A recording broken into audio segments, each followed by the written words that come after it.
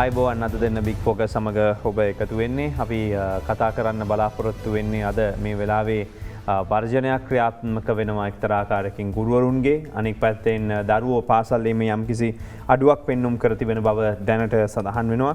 නමුත් මේ වනටත් විශාල දරුවන්ගේ දෙමව්පියන් පිරිසක් පීඩාවට පත්ලා තිබෙනවා මේ අධ්‍යාපන ක්‍රමයක් ඒත් එක්කම නිරන්තරයෙන් ඇති වෙන වර්ජනත් ඒ වගේම ඉහළ යන ජීවන වියදමත් ඒ සියල්ලට මුහුණ දෙන්න බැරුව.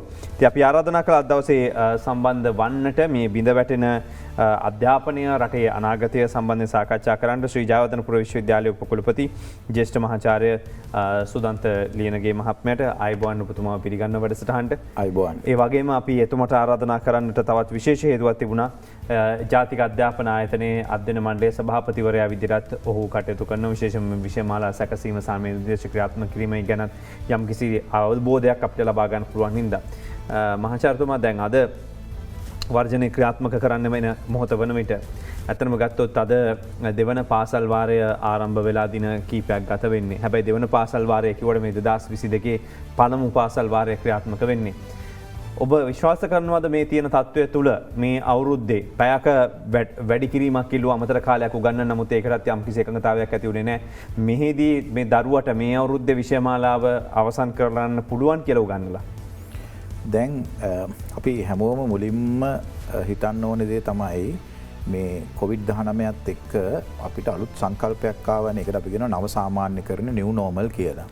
දැන් අපේ ඔබතුමාහනේ ප්‍රශ්න සියල්ලම මට නාභිගත වෙන්නේ ફોකස් වෙන්නේ සාමාන්‍ය තත්ත්වයට තියෙන පවතින දේත් මේ නව සාමාන්‍යකරණයට පවතිනවාද කියන අහන එක තමයි මේ තියෙන්නේ. නමුත් අපි ගත්තොත් එහෙම අපේ රටේ මූලිකව ප්‍රශ්නයක් තියෙනවා. ඒක අපි හැමෝම කවුද වැරදි කියන එක අපිට කියන්න ඉස්සෙල්ලා ගැටලුවක් තියෙනවා. මොකද ළමයෙක්ගේ මිතිය මානය ළමයා මනින්නේ වර්ෂාන්ද එක විභාගයකින්. අපේ සාමාන්‍ය පෙළ ගත්තත් උසස් පෙළ ගත්තත් ඒ ළමයාගේ සමස්ත දැනුම මනිනු ලබන්නේ තනි විභාගයක පැය 3ක පැය 5ක වගේ කාල රාමුවක් තුල තමයි. ඉතින් එතකොට මේ අධ්‍යාපනයේ අපිට මේ සාමාන්‍ය නව සාමාන්‍යකරණ යටතේදී අර සාමාන්‍ය තත්ත්වයට දෙන විභාග ටිකම අපිට තියන්න වෙලා තියෙනවා. දැන් අපි ගත්තොත් එහෙම හුඟක් වෙලාට ලෝකයේ දැන් මේ අපේ රටේ විතරක් නෙමෙයි උසස් පෙළ සාමාන්‍ය පෙළ විභාග තියෙන මූලිකව පාසලේ විභාග තියෙන්නේ අපේ රටේ විතරක් නෙමෙයි. හැබැයි අපි බොහෝ රටවල් දිහා බලාගෙන ගියපුවාම ඒ අයගේ විභාග පවතින කාලයන් වෙනස් කළේ නැහැ. දැන් අපිට වඩාත්ම සමීපතම විභාගය ගත්තොත් එඩෙක්සෙල් කියන විභාගය මම උසස් පෙළත් එක්ක කිව්වොත් ඒකේ කවදාක්වත් නැහැ. දැන් මේ ජූලි මාසෙදී එඩෙක්සෙල් විභාගයේ සාමාන්‍ය විදිහට තියෙනවා. එතකොට ඒකට හේතු වෙලා තිබ්බේ ඒ විභාගයේ ප්‍රතිඵලය කියන්නේ එක තනි ප්‍රශ්න පත්‍රයකින් ලැබෙන උත්තරය නෙමෙයි ඒකේ තියෙන්නේ. ඒක යම්කිසි විකාශයක් කරහා ගිහිල්ලා මේ අවසාන කොටසත් යම්කිසි කොටසක් එකතු වෙලා තියෙනවා. ඒ නිසා එවැනි අවස්ථාවකදී ඔවුන්ට ප්‍රතිඵල ලබා දීම ළමයෙක්ව මනින විදිය ගොඩක් ලේසි. නමුත් අපිට තාම මේක නොහැකි වෙලා තියෙන විවිධ හේතුන් මත. ඒකද දැන් අපි මේ විභාග ක්‍රමය වෙනස් කළ යුතුයි කියලා අපි හැමෝම කතා කරන දෙයක් නේ. මම හිතන්නේ මේක අපි අවුරුදු ගණනාවක් පුරා කතා කරා. කතා කරලා අවසානයේදී අපි ඔක්කොම නතර වෙනවා ඇවිල්ලා ආපහු විභාගයේ ගාව. දැන් මේක තමයි අපිට තියෙන ප්‍රශ්නය. දැන් ඔබතුමා අහපු කාරණේ දැන් මෙතන තියෙන ප්‍රශ්නම දැන් අපි පළවෙනි පාසල් වාරය ආරම්භ කරේ. අපි කවුරුත් දන්නවා මේ වන විට විභාග දෙපාර්තමේන්තුවත් අධ්‍යාපන දෙපාර්තමේන්තුවත් කියලා තියෙනවා මේ වර්ෂයේදී අගෝස්තු මාසයේ පැවැත්වීමේ නියමිත උසස් පෙළ විභාගය ඔක්තෝබර් මාසේ 17 වෙනිදාට ආරම්භ කරගෙන මාසික කාලයක් තියෙනවා කියලා. එතකොට දැන් එහෙම විභාගයේ තියෙන අවස්ථාවේදී අපිට පුළුවන් විවිධ ක්‍රියාමාර්ග අරගන්න. එතකොට එතන දෙයක් තමයි සම්පූර්ණ විෂය නිර්දේශය ආවරණය විය යුතුමද විභාගයක් පවත්වන්න කියලා සංකල්පද. එතකොට මේ අපි මේ මානය කිරීම හරි හෝ වැරදි අවුරුදු දෙකක ඇත්තටම අවුරුදු දෙකකට වඩා වැඩි කාලයක් උගන්වලා තියෙනවා. ඒතර ඒ කාලයේ උගන්වලා තියෙන කොටස සහ පාසල පැවැත් වූ කාලය අතර යම්කිසි සමීකරණයක් අපිට පහසුවෙන් හදාගත්තොත් ඒකකයක් ඉවත් කරලා අපිට තාම පහසුවෙන් මේ විභාගය පවත්වා ගන්න පුළුවන්. තාම එවැනි කතිකාවක් විභාග දෙපාර්තමේන්තුව තුළ අධ්‍යාපන දෙපාර්තමේන්තුව තුළ ඇවිල්ලා නැහැ. මොකද අපි ජාතික අධ්‍යාපන ආයතනයේ විදිහට විවිධ යෝජනා දීලා තියෙනවා මේ විභාගය පවත්වනවා නම් කොයි විදිහටද කරන්නේ. ඒකට තවත් අදහසක් තමයි සාමාන්‍ය ප්‍රශ්න පත්‍රයේ දීලා අමතර අපිට ප්‍රශ්නයක් දෙන්න පුළුවන් අර ආවරණය නොවූ යයි යම්කිසි හෝ කෙනෙක් හිතනවා නම් ඒ කොටස ආවරණය කර ගැනීම සඳහා. ඊළඟට දැන් වෙනත් රටවල් වගේ නෙමෙයි අපේ උසස් පෙළ විභාගයේ සාමාන්‍ය පෙළ විභාගයේ හැම විභාගයකම එකම සංයුතියක් නෙමෙයි තියෙන්නේ. අපි කියනවා ඒ කියන්නේ ෆස්ට් ටයිමර්ස්ලා විතරක් නෙවෙනම් විභාගෙට ඉන්න හරි පහසුයි මේක. හැබැයි අපේ ඉන්නවා දෙවෙනි වතාවට විභාගෙට මුහුණ දෙන අය, තුන්වෙනි වතාවට මුහුණ දෙන අයත් ඉන්නවා. එතකොට ඒ අයගෙත් කොහොමත් ලබාගෙන තියෙන දැනුම වෙනස්. එතකොට යම් කිසි විදිහකට අසාධාරණයක් වෙන්න පුළුවන් අපි විෂය නිර්දේශයේ ඒකක ඉවත් කිරීමක්. ඉතින් ඒ නිසා මේක විභාග දෙපාර්තමේන්තුව, අධ්‍යාපන දෙපාර්තමේන්තුව සහ අපි ඉන්නවනේ මේ දෙකටම සම්බන්ධ නැති කොටසක් වෙන අය බොහෝ විට උසස් පෙළේදී නම් විශ්වවිද්‍යාල ආචාර්යවරු, සාමාන්‍ය පෙළේ නම් ජාතික අධ්‍යාපන ආයතනයේ ඉන්න කතිකාචාර්ය මණ්ඩලය ඒගොල්ලෝ වාඩි වෙලා බලන්න ඕනේ ළමයාට වඩාත්ම සාධාරණයක් ඉෂ්ට වෙන ප්‍රශ්න පත්‍රයක් දීලා ඒකෙන් ප්‍රතිඵල ලබා ගන්න. ඉතින් අපිට එවැනි ක්‍රියාමාර්ග රාශියක් ගන්න පුළුවන්. නමුත් දැන් මේ ඔක්කොම ගන්නත් ඉස්සෙල්ලා දරුවන්ට අධ්‍යාපනය ලබා දීම කියන එක වැදගත් වෙනවා. දැන් ඔන්ලයින් අධ්‍යාපනය වගේ ගත්තොත් කිව්වට මේක සාර්ථක වුණේ නැහැ කියන එක අපි පිළිගන්න වෙනවා. මොකද මේක 100ක් සාර්ථක නොවුනත් අඩු ගානේ 60කවත් සාර්ථකත්වයට යන්න තිබුණා. නමුත් ප්‍රශ්නගත තත්ත්වයන් දැන් එන්න වැඩි වෙලා තියෙනවා. එතකොට දැන් මේ අභියස මේ වර්ජනයක් ක්‍රියාත්මක වීම වගේ දෙයක් එක්ක දරුවන්ට බලපෑමක් එල්ල වුණොත් ඒ කියන්නේ අද දවසේ විතරක් නෙමෙයි මම කියන්නේ දැන් කාලයක් තිස්සේ ගුරු විරෝධතා දැක්වුවා. ඉන් පස්සේ දැන් අද අපගතොත් අධ්‍යාපන අමාත්‍යාංශයේ ලේකම්තුමා කියලා තියෙනවා බිලියන 33ක් ඒගොල්ලෝ වෙනුවෙන් දීලා තමයි අදත් මේ වර්ජනයට යන්නේ කියලා මේක අසාධාරණයි කියලා. ඔබ මොකක්ද හිතන්නේ මේ ගැන? නෑ මේ යම්කිසි දැන් අපේ රටේ අපේ වගේ රටක වෘත්තීය සමිති තියෙනවා. ඒ වෘත්තීය සමිතිවල තියෙන වෘත්තීමේ අරගලයන් සාධාරණයි කියන එක ගැන කියන්න අපිට හරි අමාරුයි. ඒක සමහර ඒවා සාධාරණ වෙන්න පුළුවන්, සමහර ඒවා අසාධාරණ වෙන්න පුළුවන්. හැබැයි වෘත්තීය සමිතියක් විදිහට ඒ අය විවිධ ක්‍රියාමාර්ග ගන්නවා. අපි මේක විශ්වවිද්‍යාල පද්ධතියේ, පාසල් පද්ධතියේ හැම තැනකම මේක දකිනවා. ඒතර අද මම හිතන්නේ එක් දින වර්ජනයක් කරනවා. ඒ අයගේ විශේෂ ඉල්ලීමක් මත ඇත්ත මමත් පිළිගන්නවා වැටුප් වර්ධකයක් යම් කිසි විදිහකට ලැබිලා තියෙනවා. මම නම් ඇත්තට මේක වැඩියෙන් කැමති මේ අපි හැමෝම වරද්ද ගත්තා මේ ගුරුවරුන්ට වැටුප් වැඩිවීමක් ලබා දුන්නා කියලා. ඇත්තට මේක නෙමෙයි ඇත්තට මෙදිනුනේ මේ ඇනොමලි එකක් තිබ්බ ඒගොල්ලන්ගේ වැටුප් වර්ධනය කිරීමේදී මේ BC පෙරරා වැටුප් වාර්තාවයි. තාම ඒ කාලෙදල එන එකක්. ඒක තමයි මේ හරි ගැස්සුවේ. ඒක නිසා යම් කිසි වැටුප් වැඩිවීමක් එන්නේ නැති. නමුත් ඉතින් වැටුප් වැඩිවීමක් දුන්න පමණින් කාටද කියනවා නම් වෘත්තීය සමිති ක්‍රියාමාර්ග ඔක්කොම නතර කරන්න කියලා මම පෞද්ගලිකව විශ්වාස කරන ඒක එසේම නොවිය යුතුයි කියලා. ඉතින් ඒ අයට වෘත්තීය අර්ගලයක් කරන්න අදහස් වෙන හැබැයි අනිත් පැත්ත බලන්නකො මෙහෙම මම ඔබට තාමගෙන අපේ විශ්වවිද්‍යාල පද්ධතිය ගන්නකො මේ විශ්වවිද්‍යාලේ ඉන්නේ කවුද වැඩියෙන්ම ඉන්නේ ගුරුවරුන්ගේ දරුවෝ. එතකොට ඒ අය මම විශ්වාස කරන්නේ මේක මේ සම්පූර්ණ විභාග කඩාකප්පල් කරලා අධ්‍යාපනයේ සම්පූර්ණයෙන්ම කඩාකප්පල් කරගන්න වර්ජනයක් කියලා. අය යම්කිසි වෘත්තීය සමිති ක්‍රියාමාර්ගයක් ගන්නද ගොඩක් වෙලාවට මේක ආපහු නැවතත් බොහෝ විට මේක සාමාන්‍ය තත්වයට හෙට ඉඳලා පැමිණෙන්නට ඕනේ. මොකද මේක මේ තමන්ගේ පාසලේ එන දරුවට විතරක් නෙමෙයි තමන්ගේ දරුවන්ටත් එහෙම වුණොත් එහෙම යම්කිසි ප්‍රශ්නයක් එනවා. දැන් චතුර අපේ රටේ මූලික ප්‍රශ්නයක් තියෙනවා. මේක අපි දැන් ගොඩක් කාලෙක දිගටම කියන දෙයක් තමයි අපේ රටේ උසස් පෙළ ශිෂ්‍යයාත් වැඩි මහල් ළමයෙක් එන්නේ අපිට. විශ්වවිද්‍යාල ශිෂ්‍යයා හොඳටම නාකී වයස්ගතයි. අපේ ශිෂ්‍යයෝ. අපේ සාමාන්‍යයෙන් විශ්වවිද්‍යාල පිටරට විශ්වවිද්‍යාලයක් ගියපුවාම විශ්වවිද්‍යාලයේ යාගේ ජීවිත සමය ආරම්භ කරන්න ටීනේජ් එකේදී. Universities for teenagers කියලා අපි කියන්නේ. අඩුම ගානේ අවුරුදු 18 දී 19 දී ආ විශ්වවිද්‍යාලය ඇතුලේ ඉන්න ඕනේ. අපේ සාමාන්‍ය ළමයෙක් එන්නේ අවුරුදු 21 දී. එතෙන්දත් යම්කිසි කාලයක් යන ඒ කාලය ඇතුළත අරගල මේ සියලු දෙනෙන් පිය ගිහිල්ලා අද 25 පැන්ලා තමයි අපේ ළමයෙක් එයාගේ උපාධිය ගන්නෙ. ඉතින් අපි ඔක්කොම වාඩිලා මුලින්ම කරන්න ඕනේ අපි දිගට මේ සම්බන්ධයෙන් කරුණු කියලා තියෙනවා. ගොඩක් වෙලාට අපි ඒ සම්බන්ධව ඇත්තටම ක්‍රියාමාර්ගات අරගත්තා. නමුත් මේ COVID-19ත් එක්ක අපිට ගොඩක් ප්‍රශ්න ඇති වුණා. අපිට අවශ්‍ය වෙලා තිබ්බේ ලාබාල උසස් පෙළ ළමෙක් හදාගෙන අවුරුදු 18 දී අවුරුදු එකහමාරකම කාලයක් යන්නේ දරුවට විශ්වවිද්‍යාල ප්‍රවේශය ලබා ගැනීම සඳහා. දැන් මේක අවුරුද්දට අඩු කරනවා කියලා කිව්වා මේ ආණ්ඩුවම පස්සේ. ඒක අඩු කරගත්තා. ඒතකොට තවම අවුරුද්දෙන් හරි විශ්වාසනීයත්වයෙන් යුතුව කියන්න පුළුවන්ද දරුවා විශ්වවිද්‍යාලයට එනවා කියලා දැන්? නෑ දැන් මෙහෙමනේ උනේ එතන ඒ ගත වෙලා තිබ්බ කාලේ අඩු කරගත්තට අවසානයේදී ආයෙත් මතු පිටට පේන්නේ නෑ. දැන් උදාහරණයක් විදිහට නම් දැන් ඔන්න අපි මේ අවුරුද්දේ ගිය අවුරුද්දේ අගෝස්තු මාසේ තියන්න ඕනේ උසස් පෙළ දැන් පවත්වන්නේ අපි ගිය අවුරුද්දේ අගෝස්තු මේ අවුරුද්දේ පෙබරවාරි මාසේ. දැන් තමයි අපි ඔන්න මාකින් කරගෙන යන්නේ ප්‍රශ්න පත්‍ර බලන්නේ. සමහර ඒවල තියන්න ඕනේ ප්‍රායෝගික පරීක්ෂණ. දැනට අපිට ලොකු ප්‍රශ්නයක් ඇවිල්ලා දිනවා ප්‍රායෝගික පරීක්ෂණ සොයා ගන්න දින ප්‍රශ්නයක් ඇවිල්ලා දිනවා.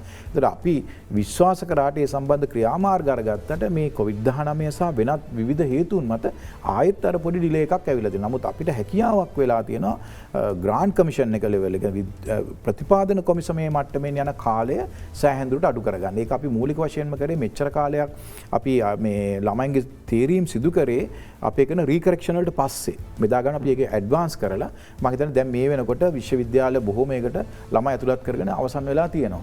හැබැයි මම ඔය කියන්නේ 2020 උසස් පෙළ කරපු ළමයි සම්බන්ධයෙන් ඔය මම මේ කියන්නේ. උදාහරණයක් විදිහට දැන් මේ විශ්වවිද්‍යාල සිසුන් සම්බන්ධයෙන් ගත්තා.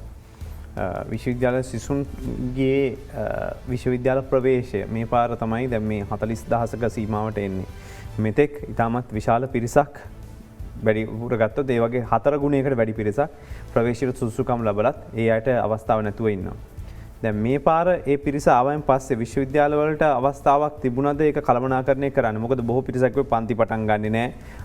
ඌමනාවෙන්ම කල් දානවා. විශේෂයෙන්ම ඔබතුමන්ලා මේක කල් දානවා. ඌමනාවෙන්ම තමයි මේක පැත්තක කරලා තියන් ඉන්නේ කියලා. නෑ දැන් අපේ විශ්වවිද්‍යාල තමයි ළමයි වැඩිම ප්‍රමාණයක් ඉගෙන ගන්න විශ්වවිද්‍යාලය භූමියේ ප්‍රමාණය සහ අනිත් ඒවා අතහැරියත්. දැන් අපේ විශ්වවිද්‍යාලය ගත්තොත් මගේ විද්‍යාපීඨය සහ සමසෞඛ්‍ය පීඨය හැර අනිත් සියලුම පීඨ ආරම්භ කරලා තියෙනවා. එතකොට අපිට දැන් සමහර අවස්ථාවල අපිට දැන් වෙන්දට බැචස් 4යිනේ අපි තියන්නේ අවුරුදු 4කට සමහරකට පස්වෙනි කණ්ඩායමත් මේ කණ්ඩායමත් එක්ක ගන්න වෙලා තියෙනවා. ඉතින් ඒ නිසා මේ ප්‍රසාරණය වීමත් ඇත්තටම අපිට යම්කිසි බලපෑමක් ඇති වෙලා තියෙනවා. නමුත් අපිට දැන් තමයි ඒ සඳහා මුදල් ලැබිලා අපි අවශ්‍ය දේවල් අපි හැබැයි මේක ඉතා හොඳින් කළමනාකරණය කරගෙන යනවා. ජයවර්ධන විශ්වවිද්‍යාලය නම් සුවිශේෂී විදියට කිසිම පාඨමාලාවක කාලය අඩු වෙලා නැහැ. අපි විභාග පැවැත්වීම සඳහා අනිවාර්යයෙන්ම ළමයින්ව දැන් ගොඩක් වෙලාට විශ්වවිද්‍යාලයට ගෙන්වනවා. මේ දවස්වලත් විභාග පවතිනවා. අපි ආපහු 25 වෙනිදා අද ඉඳලා සමහර විභාග පටන් ගන්නවා. දෙවෙනිදා වෙනකොට ආයෙත් විභාග පටන් ගන්නවා. අරගෙන මේ ගිය අවුරුද්දේ අවුට් වෙන්න තිබ්බ ළමයින්ගේ අර තියෙනවා දැන් මාස 5ක වගේ පමාවක් ඒ පමාව ඇතුළෙත් ඉඳගෙන අපි කොන්වොකේෂන් එකට දැන්ටම දින දාලා තියෙනවා. හැමදාම කොන්වොකේෂන් තියෙන අපේ සැප්තැම්බර් මාසේ. මේ අවුරුද්දේ අපි එක මාසයක් එහාට වෙලා ඔක්තෝබර් මාසේ කොන්වොකේෂන් එකක් පවත්වනවා. මම මේ අවුරුද්දේ කොන්වොකේෂන් දෙකක් කරා. දෙකක් කළා එයාට උපාසාධක දුන්නා. මේක මගේ විශ්වවිද්‍යාලය විතරක් නෙමෙයි. හැම විශ්වවිද්‍යාලයක මේ කාරණේ වුණා. නමුත් අන්තර් විශ්වවිද්‍යාල ශිෂ්‍ය බල මණ්ඩලය ඇතුළු විශ්වවිද්‍යාල ශිෂ්‍ය බල මණ්ඩල ගණනාවක් චෝදනා කර සිටියේ දරුවන්ට විශ්වවිද්‍යාල වහලා තියෙන තාමත් කියලා. විශ්වවිද්‍යාල වහලා තියෙනවා නම් මම ඒක ඒ අය කියන්නේ විශ්වවිද්‍යාලය වහලා තියෙන කියන්නේ සක්‍රීයව හැම ළමයෙක්ම එකම මොහොතකදී අර සාමාන්‍යකරණ යටතේදී දේශන වලට සහභාගී නොවීම වෙන්න ඕනේ. එසේ නොවන්නට සෑම විශ්වවිද්‍යාලයකම උපාධි ප්‍රදානෝත්සව තියලා තිබෙනවා. සෑම ඒකකම අපි අලුතෙන් ළමයි බඳවා ගැනීම කරලා තියෙනවා. ඒ ක්‍රියාදාමයේ වෙනවා. දැන් මෙතන අපිට ප්‍රශ්නයක් තියෙනවා මේ චතුර දැන් මම කියන්නේ ඒක දැන් අපිට ඇත්තටම අර්බුදයක් ඇති වුණානේ. ඒක අපේ අර්බුදයක් ඇති වුණා. අපි ඒ සඳහා ක්‍රියාමාර්ග ඔබතුමත් දැන් කිව්වා මේ ඔන්ලයින් අධ්‍යාපනය අසාර්ථකයි කියලා. හැබැයි විශ්වවිද්‍යාල මට්ටමේදී පාසල් මට්ටමට වඩා ඒක යම් තාක් දුරට සාර්ථකයි. ඒකට විවිධ හේතු තියෙනවා. මේ මම කියන්නේ 100%ක් සාර්ථකයි කියලා. අඩුම තරමේ 100ට ඔබතුමා කිව්වාගේ 60ට වඩා සාර්ථකයි. ඒ නිසා අපිට මේ අනිතක දැන් සාමාන්‍ය පාසල් ළමයෙක්ට වඩා වෙනස් විදිහට අපිට මේ කාර්යය කරන්නත් පුළුවන්. ඒ නිසා අපි ඒ අයගේ දැන් මේක අපේ රටේ අධ්‍යාපනයේ ප්‍රශ්නයක්නේ. අපේ රටේ අධ්‍යාපනය කියලා කියන්නේ තවමත් මම කියන එක වැරදි. කන්ටෙන්ට් එක තමයි අපි අධ්‍යාපනය කියලා කියන්නේ. ඔයාට ඔබතුමාට දෙන තියරි ප්‍රමාණය තමයි අපි අධ්‍යාපනය කියලා කියන්නේ. ඉතින් මේ තියරි කියන එක අපි උගන්වන්න ඕනේ මේ තරම් විශාල මුදලක් මට වැටුපත් දීලා උගන්වන්න ඕනේ. කන්ටෙන්ට් එක අද YouTube එක ඇතුලේ හැම තැනකම ඉන්ටර්නෙට් එකේ හැම තැනකම තියෙනවා. ඒතකොට අපි දැන් අනිත් ලෝකේ රටවල් උනේ මොකක්ද? කන්ටෙන්ට් එක ළමයින්ට පාඩම් කරගෙන එන්න කියලා පන්ති කාමරයේ සාකච්ඡා කරේ ඒකේ ප්‍රායෝගික දිගහැරුම. අපි තාම එහෙම එකක් අපි කරන්නේ. අපි තාම මේ චෝක් ඇන්ඩ් බෝඩ්, ඒ කියන්නේ චෝක් කෑල්ලක් අතර අරගෙන බෝඩ් එකේ උගන්වන එක තමයි අපි විශ්වාස කරන්නේ අධ්‍යාපනය කියලා. ඒක අපේ ළමයිනුත් විශ්වාස කරනවා, අපේ දෙමව්පියොත් විශ්වාස කරනවා. ඉතින් අපිට මේ ඒ අයගේ තියෙන මේ මනස වෙනස් කරගන්න. අන්තික මේ ඊටාම නරක දෙයක් මම දන්නේ මාත් එක්ක මේක විරුද්ධ වෙයි. හැබැයි මම හැමදාම කියන මේ අපේ රටේ තියෙන 80%ක් පැමිණීම බලන්න ඕනේ කියලා ළමයින්ගේ පන්ති කාමරේ. මට තාම තේරෙන්නේ නැහැ ඇයි අපි 80%ක් ඒ අයගේ පැමිණීම බලන්න. මොකද අපි උගන්වන්නේ කන්ටෙන්ට් එක නම්, අපි උගන්වන්නේ නොලෙජ් එක නම්, අපි නොලෙජ් එකේ යෙදීම උගන්වනවා අඩු නම් මම විශ්වාස කරනවා ප්‍රායෝගික පන්තිවල එයාගේ 80% ඕනේ. හැබැයි සිද්ධාන්ත පන්තිවල එහෙම අවශ්‍යතාවයක් නැහැ. මම අද කතා කරනවට වඩා හොඳ දේශකයන්ගේ කොටස් තියෙනවා YouTube එකේ ඉන්ටර්නෙට් එකේ. ඉතින් දැන් අපි දැක්කොත් මොරටු විශ්වවිද්‍යාල ෆුල් ස්ටැක් කෝස් එක මම දැක්ක පහුගිය දවස්වල ඔන්ලයින් කරලා තිබ්බා ඕන කෙනෙකුට මේක ගිහිල්ලා පිටින් ඉඳලා ඉගෙන ගන්න පුළුවන්. එතකොට ඇයි විශ්වවිද්‍යාල පද්ධතිය තුල තියෙන මේ විභාගවලට පිටින් කෙනෙකුට ඉගෙනගෙන ඒ සඳහා සහභාගී වෙලා සහතික පත්‍රයක් ලබා ගන්න පුළුවන් ක්‍රමයක්. දැන් ඔබතුමා විවෘත අදහසක් කියපු හින්දා මම මේකට එකතු ගන්න. ඇයි එහෙම ගන්න ක්‍රමයක් හදන්නේ නැත්තේ? එහෙම ගන්න බෑ කියලා නියාමනයක් නැහැ. නමුත් අපිට තියෙනවා මේ ප්‍රශ්නයක් තියෙනවානේ. අපේ තමයි අර ඔබතුමා මුලින්ම කිව්ව එක. 1,60,000ක් විතර සමත් වෙලා අපි තුම 1,20යි කියලා අපේ වාසියට 1,20ක් සහභාගී වෙලා අපි ගන්න 30,000 නම් දැන් මේ අවුරුද්දේ 40,000ක් නම් ගත්තේ. එතකොට තව 80,000ක් ඉන්නවා නම් වෙළඳ පොලේ මේ S3 සාමාර්ථ තියෙන. ඒ අයව නොසලකා හැරලා වෙනත් පැත්තකින් අපි ඔකට කියනවා මේ වැඩිමහල් ළමයි බඳවා ගැනීමේ ක්‍රමවේදයකට යන්න තරම් අපිට අපේ සීට්ස් ප්‍රමාණය අඩුයි විශ්වවිද්‍යාලය ඇතුලේ. ඒක තමයි අපේ මූලික ප්‍රශ්නය තියෙන්නේ. මොකද මේ ඒකෙන් හැබැයි අපි දැන් හුඟක් වෙලාට දැන් අපේ විශ්වවිද්‍යාල පද්ධතියම ඩිප්ලෝමා උසස් ඩිප්ලෝමා මේ වගේ ඒවා දැන් ආරම්භ කරලා තියෙනවා. ඒකද ඕනෙම කෙනෙක්ට ඉතා සුළු මුදලක් ගෙවලා ඒ ඩිප්ලෝමා උසස් ඩිප්ලෝමා සහ බාහිර උපාධි ලබා ගන්න පුළුවන්. අපි ඒවලත් තත්ත්වය වෙනස් කරලා තියෙනවා. දැන් ඔය මම මේ ඔය ඔබතුමාලා හැමෝම කියන මේ 40000යි ගන්න කෙනෙක් ඔව් ඇත්තේ 40000 ගන්නේ අපේ මේ විශ්වවිද්‍යාල පද්ධතියට. හැබැයි ඔය හැම විශ්වවිද්‍යාලයකම දැන් ඔය ලෙෆ්ට් ඕවර් එක ඔය කියන 80000ක් විතර වගේ අතෑරන එකේ වැඩි කොටසක් ඉන්නේ කලා අංශයේ. ඊට පස්සේ අඩු කොටසක් තමයි වාණිජ ඉන්නේ. ඊටාම අඩු කොටසක් තමයි විද්‍යාංශයේ ඉන්නේ. ඇත්ත කතාව ඕකයි. ඉතින් ඒ අයගෙන් කී දෙනෙක් ඇත්තටම සම්බන්ධ වෙනවද බිට් උපාධි පාඨමාලාව මොරටුව සහ කොළඹ විශ්වවිද්‍යාලයේ තියෙන කී දෙනෙක් අපේ බාහිර උපාධි වලට සම්බන්ධ වෙනවද? මේ බාහිර උපාධි බිට් එකයි ගණන් හදලා බලපුවාම මේක ආසන්න වශයෙන් දැන් 80000ක් 90000ක් ඉක්මවා ගිහිල්ලා තියෙනවා. මීට අමතරව ස්ලේට් කියලා ආයතනයක් තියෙනවා. ඒකට 20000ක් 30000ක් යනවා. ඊට පස්සේ non state sector universities තියෙනවා. ඒකට යම්කිසි මුදලක් ගෙවලා ගන්නවා. ඉතින් එහෙම ගණන් හදලා බැලුවොත් මගේ විශ්වාසය අපි මේ 30000ක් 40000ක් කියලා විශ්වවිද්‍යාලයට ලඝු කරාට අවුරුද්දකදී අවම වශයෙන් උසස් අධ්‍යාපනය සඳහා ළමයි යොමු වෙනවා ලක්ෂයකට වැඩිය. ඉතින් ඒ ගොඩක් පාඨමාලා නොමිලේ. දැන් අපේ බාහිර උපාධි සාමාන්‍යයෙන් කියන්නේ සරසවි උපාධිධාරී සහ සියල්ල ගන්නකොට වාර්ෂිකව 1,80,000ක් විතර වෙනවා කියලා. නෑ 1,20,000ක්වත් වෙනවා ඩිප්ලෝමා, හයර් ඩිප්ලෝමා සහ උපාධි කියන තුන් ගොල්ලම. ඉතින් අපි ඒක ගණනය කිරීමක් දැන් අපි මේක මේ දවස්වල මම ඇත්තටම UGC එකේ සභාපතිතුමත් එක්කත් කතා කරලා කිව්වා කරුණා කරලා මේ සංඛ්‍යා දත්ත ටික රටට දෙන්න. කී දෙනෙක්ට බාහිර උපාධි දෙනවද? කී දෙනෙක්ට බිට් එකට සම්බන්ධ වෙලා ඉන්නද? මේ හැම එකකින්ම කරන්නේ අධ්‍යාපනයනේ. දැන් අපේ බාහිර උපාධියක් වගේ ගත්තාම රුපියල් 80000යි ලක්ෂයයි උපාධියක මිල තීරණය වෙලා තියෙන. ඒ වගේ තාමත්ම අඩු ගණනක්. හැබැයි ඒ non state එකේ ඒහා සමාන උපාධියක් ලක්ෂ 20ක් 15කටත් හොඳ ළමයි ප්‍රමාණයක් එතන සම්බන්ධ වෙනවා. ඉතින් ඒක කියන්නේ මේ රටේ මේ ටික මම කියන්නේ මේක ඇත්තටම ප්‍රතිපාදන කොමිසම සභාව විසින් කරන්න ඕනේ මේ දත්ත ටික ගොනු කරලා එකතු කරලා එක තැනකට ගේනවා නම් මම හිතන්නේ මීට වඩා අපේ රටේ ළමයින්ට ඔපචුනිටිස් මම එකෙන් කියන්නේ මේ විශ්වවිද්‍යාලය පුලුල් කරන්න එපා කියන එක නෙමෙයි මම කියන්නේ අපි නොදකින තව කොටසක් මේකට එකතු වෙනවා. ඒ අය සුළු මුදලක් ගෙවීමක් කරන්න ඕනේ ඇති. මොකද විශ්වවිද්‍යාලය තමයි 100%ක්ම නිදහස් වෙන එක. කිසිම අපි ගන්නෙ නෑ. ඒ නිදහස දරන්නේ නෙමෙයි. අපි තාමත්ම අඩු මුදලකට උන්ට ආහාර සපයනවා. රුපියල් 20ක් 30ක රුපියල් 50ක වගේ මුදලට කාමරයක් ලයිට් වතුර එක්ක නිකන් දෙනවා. ඉතින් ඒ වගේ තාමත්ම ඒකේ මම කියන්නේ ඒක මේ අති විශිෂ්ට තත්වයක් කියලා. හැබැයි ළමයෙක්ට සාමාන්‍යයෙන් කළමනාකරණය කරගන්න පුළුවන් මට්ටමක අධ්‍යාපනයක් අපි කරන. ඉතින් මේක අවසානයේදී බදු මුදල් තමයි අපිට එන්නේ. ඉතින් මේක අපි හිතන තරම්ම නරක තත්වයක නෙමෙයි තියෙන්නේ. මේක මම හිතන්නේ මමත් විශ්වාස කරන තව විශ්වවිද්‍යාල එකතු වීම හොඳයි. හැබැයි අපි ওই විශ්වවිද්‍යාල එකතු කරගෙන යනකොට ශිෂ්‍ය සංඛ්‍යාව වැඩි වෙනකොට මේ අයට උගන්වන්න හොඳ ගුරුවරු ඉන්න ඕනේ. මොකද අපේ කොහොමත් කියනවනේ මේ quality education කියලා එකක්. ඉතින් quality education එක දෙන්න නම් අපිට තියෙන්න ඕනේ හොඳ human resources ගොඩක්. දැන් මම කියන්නේ එතනත් පොඩි වැඩපිළිවෙලේ ප්‍රශ්නයක් තියෙනවා. අපි ඒකත් දැන් ප්‍රතිපාදන කොමිසමට කියන්නේ දැනට දෙන්නේ කලා අංශයේ උපාධිධාරීන්ට පමණයි ඉහළ උසස් අධ්‍යාපනය සඳහා ඒ අය අත්වැල් දෙන්නේ. ඒ විතරක් නෙමෙයි අපිට විශේෂයෙන්ම IT ශාස්ත්‍රයට මම නම් විශ්වාස කරනවා 300%ක්ම PhD උපාධිධාරීන් එකවර හදන්න ඕනේ. ඕක මේක මැලේසියාවේ කරා. මැලේසියාව දිනුනේ එහෙමයි. එකවර PhD 10කට විවිධ ස්ථානවලට ගෙන්නලා මානව සම්පත වර්ධනය කරලා විශ්වවිද්‍යාල වලට අතාරපුවාම Tamanට උගන්වන්න ගුරුවරු ඉන්න ඕනේ. ඉතින් ප්‍රසාරණයත් එක්ක අපි human resources development ගැන ලොකු plan එකක් මීට වඩා තිබිය යුතුයි කියලා මම විශ්වාස කරනවා. දැන් අවුරුදු ගාණක් තිස්සේ අපි කොච්චර කිව්වත් අපේ එකම විශ්වවිද්‍යාලයක්වත් ලෝකේ හොඳම විශ්වවිද්‍යාල 14 නැහැ. තොර ගත්තොත් පේරාධනය තියෙන්නේ ලංකාවෙන් අංක එක කියලා කිව්වට ලෝකයේ 1795ට කොළඹ අංක 2 වුණාට ලෝකයේ 2112ට වගේ මොරටුව ලංකාවේ අංක 3 ලෝකයේ 2188ට වගේ. එතකොට මොන දේ කිව්වත් විශ්වවිද්‍යාලවල ඔබතුමා කිව්වා මේ ගුරුහිඟි ගුරු ප්‍රශ්න එහෙම තියෙනවා කියලා. ඒ කියන්නේ අපේ අධ්‍යාපනය හොඳ නැහැ කියන එක නේද? නෑ.